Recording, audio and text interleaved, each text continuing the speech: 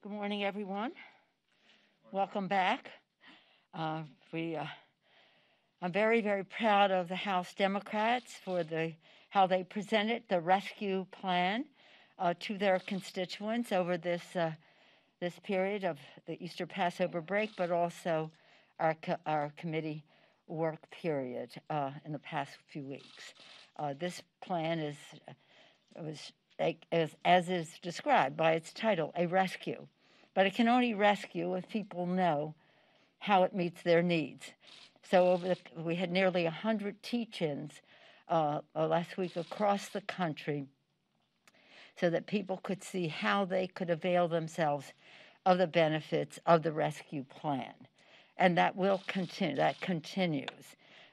I myself participated in Chinatown, where I went to the Northeastern Medical Services place where I saw culturally appropriate, linguistically clear providing of vaccines to many in the beautiful, diverse community of San Francisco as a real model to the rest of the country. Participated in many Zooms on how you can avail yourself of the benefits of the plan.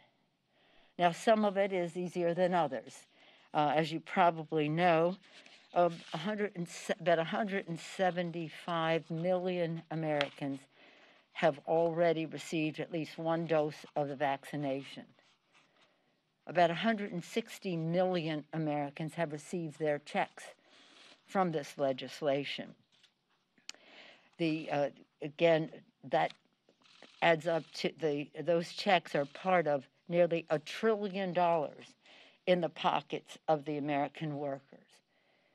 As we said, our purpose in the plan was vaccines in the arm, money in the pockets, children safely in school, workers safely back at work, and that is what is happening now. And so we're very proud of that. But we have more to do. First of all, more to do to make sure people know how they can benefit, but more to do as we go forward. That was the rescue. Next is the recovery, and the recovery is the American Jobs Plan. I think that this is not an opportunity of a generation, but of a century. I call this the promised land for America's workers. The legislation that is being put together now, again, to build the infrastructure of America, roads, bridges, water systems, broadband, mass transit, high-speed rail, education, schools, housing, etc. But in order to do that, you have to have the human infrastructure to go with it, and that is workforce development. That is very much a part of all this. Women being able to participate fully in how we build back better, because women are helping to build back better. And that means we have to have adequate child care or care for whomever women or men are caring for in their families, but that they can confidently be part of the workforce, knowing that their children or loved ones are cared for. So we're very excited about it, and that is in the works. In March, before the break, I tasked the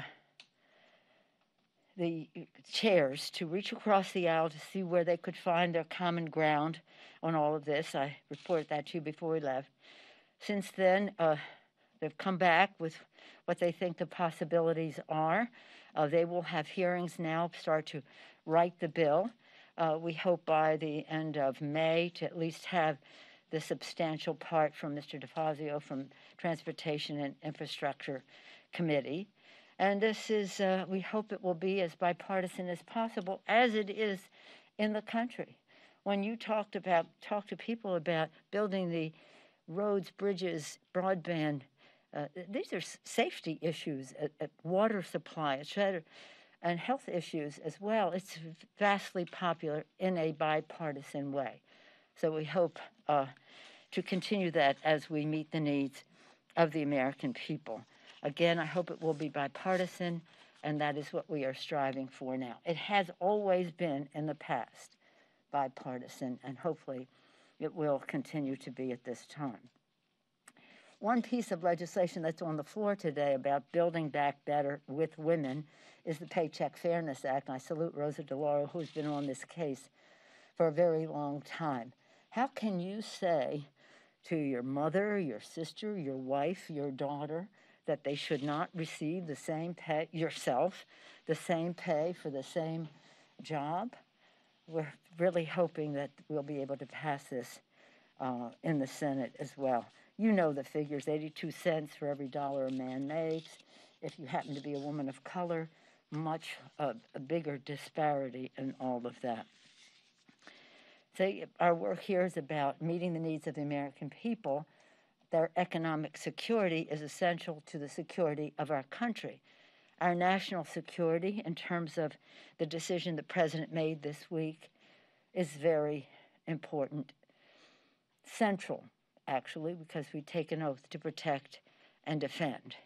And this week, the Biden administration announced a timeline for a safe, strategic, and orderly departure of American troops from Afghanistan.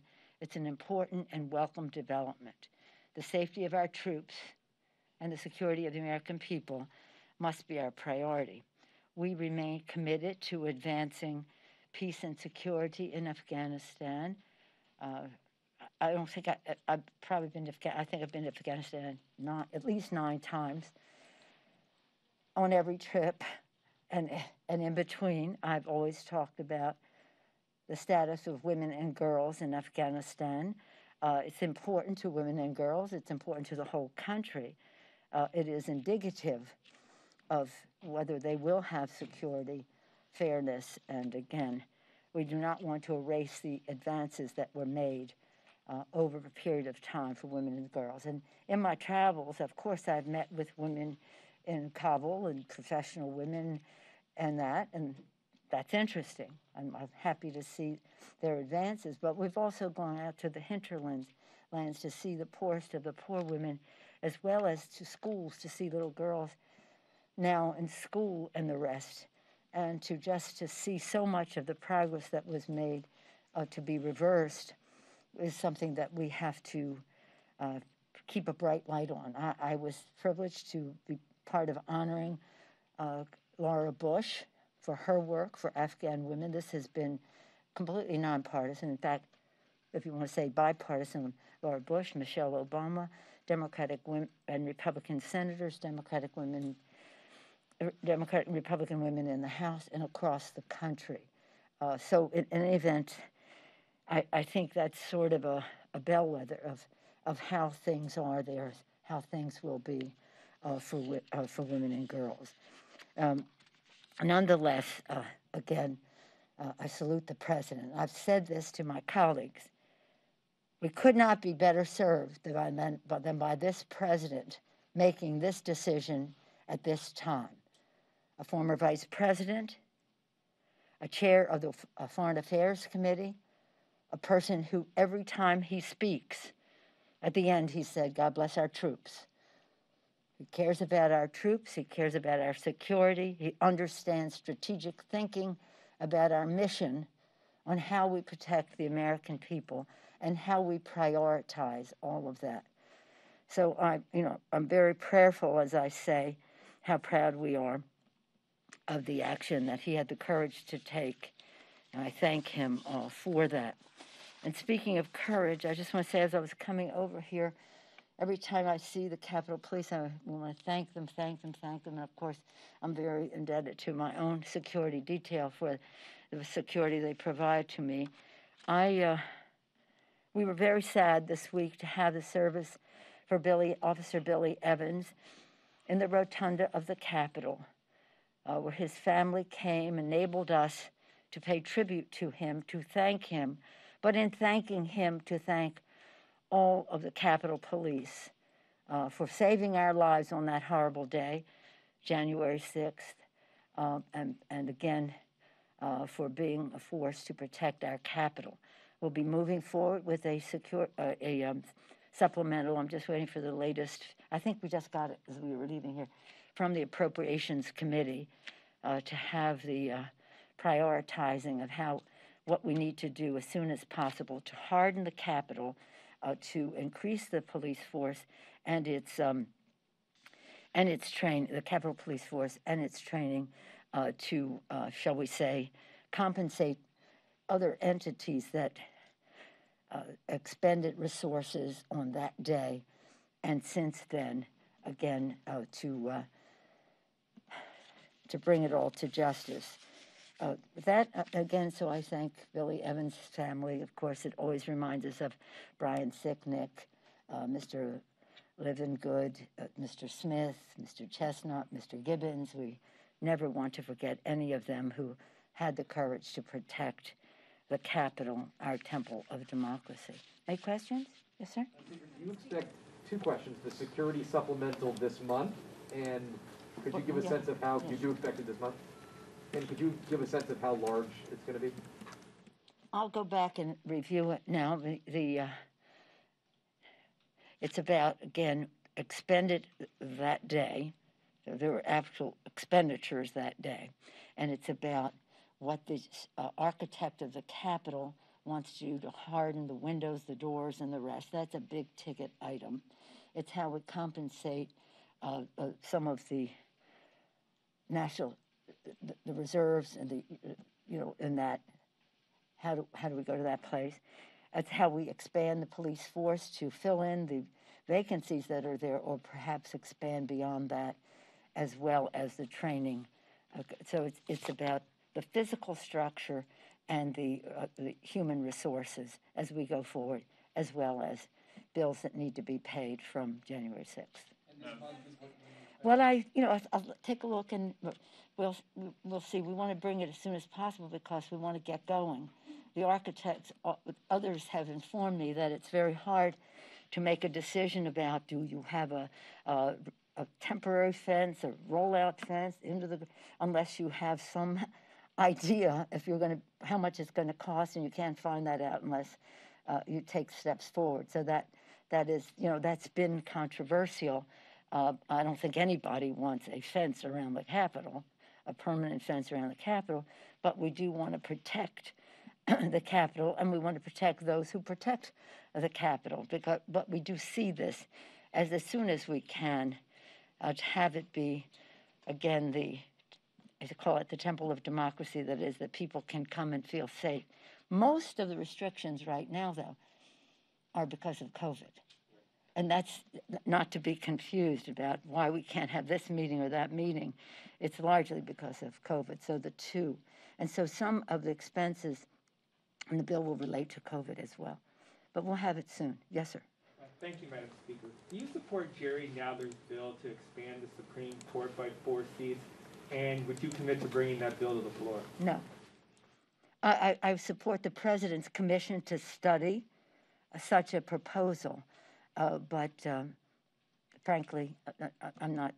Right now, we're back. Our members, our committees are working. We're building putting together the infrastructure bill and the rest. I don't know that that's a good idea or a bad idea. I think it's an idea that should be considered, and I think the President's taken the right approach to have a commission to study such a thing. It's a big step. It's not out of the question. It has been done before in the history of our country a long time ago. And the growth of our country, the size of our country, the growth of our challenges in terms of the economy, et cetera, might necessitate such a thing. But in answer to your question, I have no plans to bring it to the floor, no. Yes, sir. Given the potential flexibility the Senate parliamentarian has offered the other chamber on more reconciliation bills, can you give us any insight into your thinking about how you'll approach the jobs plan in terms of, do you think you might do multiple bills, single bill? I mean, have any of those decisions been made yet, and kind of how are you looking at that strategically? Well, I don't. Right now, we're awaiting any guidance from the Senate as to what that actually means. As I've said to you before, I don't get involved in their rules, and they don't get involved in our rules. However, for us to proceed, We just need to know how we meet the needs of the American people, what our goals are, what the needs are, and how we prioritize that spending. How it will fit, I hope it wouldn't need a reconciliation bill, but we'll be ready if it does. Can I ask that a different way? I mean, given that also you've got smaller majority to work with now too, does it make it easier for you to split this package up into more pieces, or are you agnostic on that? I'm not frankly, the process will, the policy will determine the process. The process will not determine the policy. So when we go forward with what the president has put forward as a guidance, not a bill, it's a 24 pages or whatever of priorities. We'll work with the Senate, work across the aisle, hopefully, work across the Capitol, work down Pennsylvania Avenue, and I don't want to spend a whole lot of time on, is it one bill, is it two bills? It is the legislation that we'll need as we proceed. But with the conversation, not to take away from the conversation, is about these are priorities of importance to the American people. Air their children breathe. The job opportunities in building the infrastructure, but not only building it, the commerce that will flow from it. The broadband that we are desperate need of, either in rural America, yes, but in urban deserts as well. So that's where our conversation is. How we process it, we'll see. It's not important. Madam Speaker, a number of lawmakers on the Republican side have been going to the border, have been going to a lot of these border facilities, and have been calling on you, as well as President Biden and Vice President Harris, to make these same trips. What's your response to that? My schedule is not determined by the Republicans in the Congress of the United States. It never has been, nor is their schedule determined by me. I've been to the border many times. I've been to the Northern Triangle right up until close to the time of the COVID descending upon us. But I'm glad you brought up the border, because I do think that, and I commend my colleagues as well as the president for being solution-oriented there. The fact is that the Trump administration made a mess because they did not share the values of any respect for any of the people there. I've talked about the 3 R's. Go to the root cause. Go to the Northern Triangle, as the vice president is going to do. Go to the root cause. See what is there. When I was there with a delegation, what we saw, of course, confirmed what we suspected about violence, about corruption. What I didn't suspect until I got there was the impact of the climate crisis on the production of food and agriculture and occupations related to that were a source of migration to our country. Many of these people are coming here because they are hungry,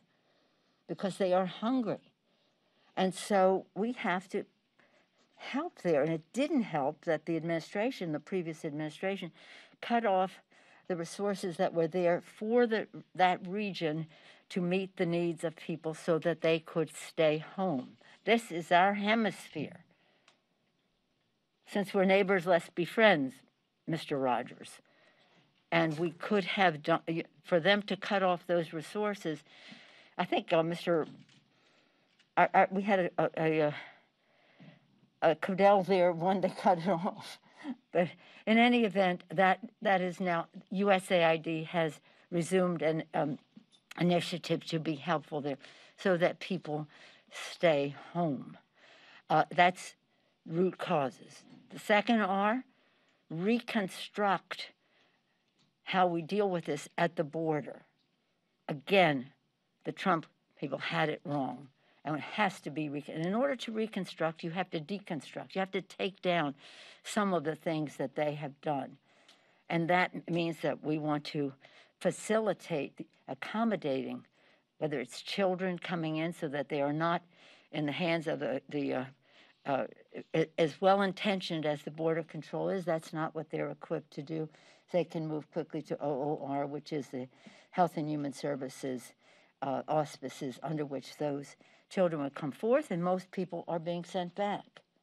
Most people are being sent back. But you have to have a plan, and you have to have it one that it will work, and that's what is in the process. And then the third part, root causes, reconstruct. The third is refugees.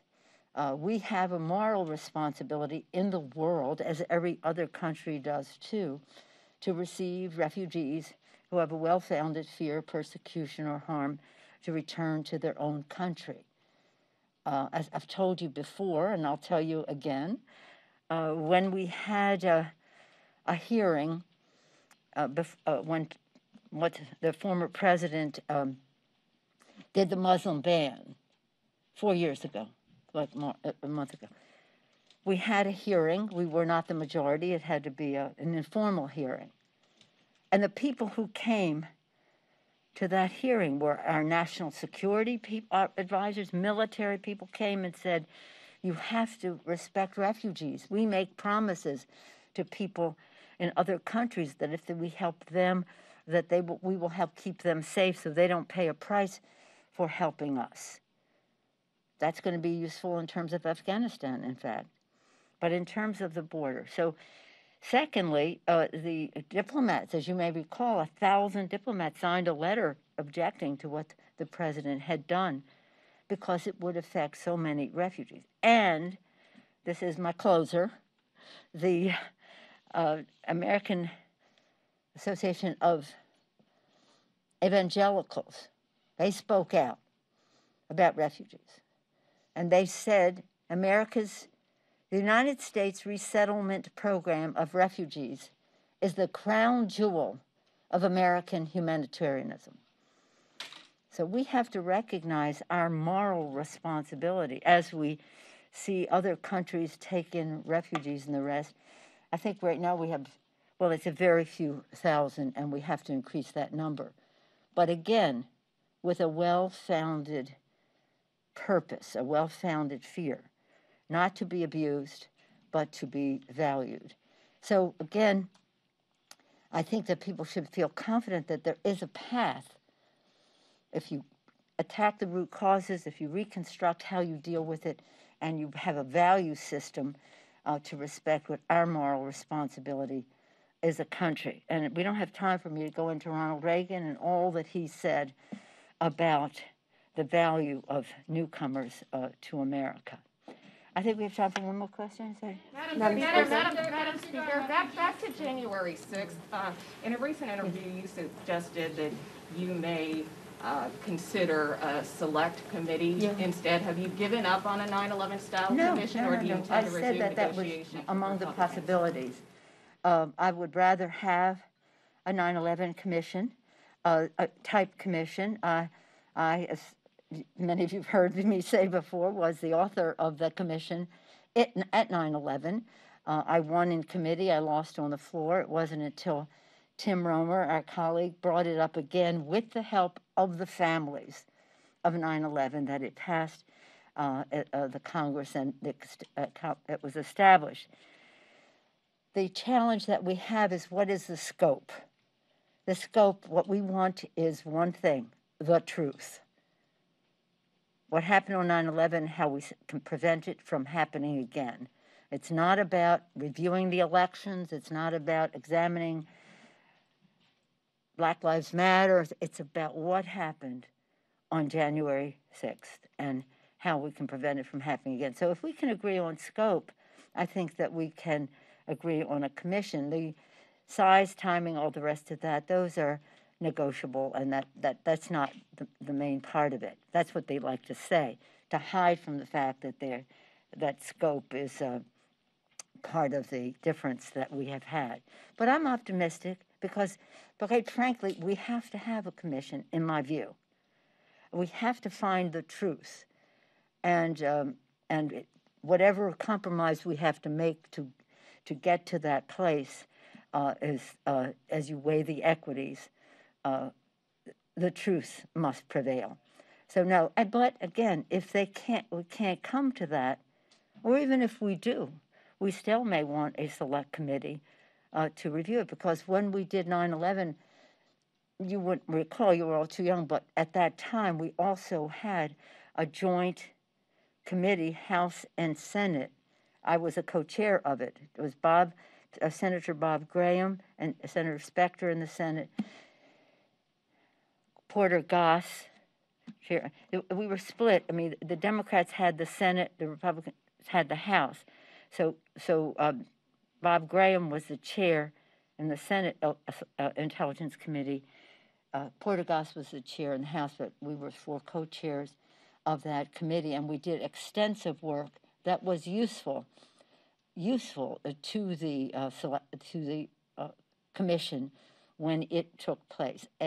When it was formed. And B, the committees will always continue to do their work in terms of their responsibilities, whether it's the security of this building or whether it is the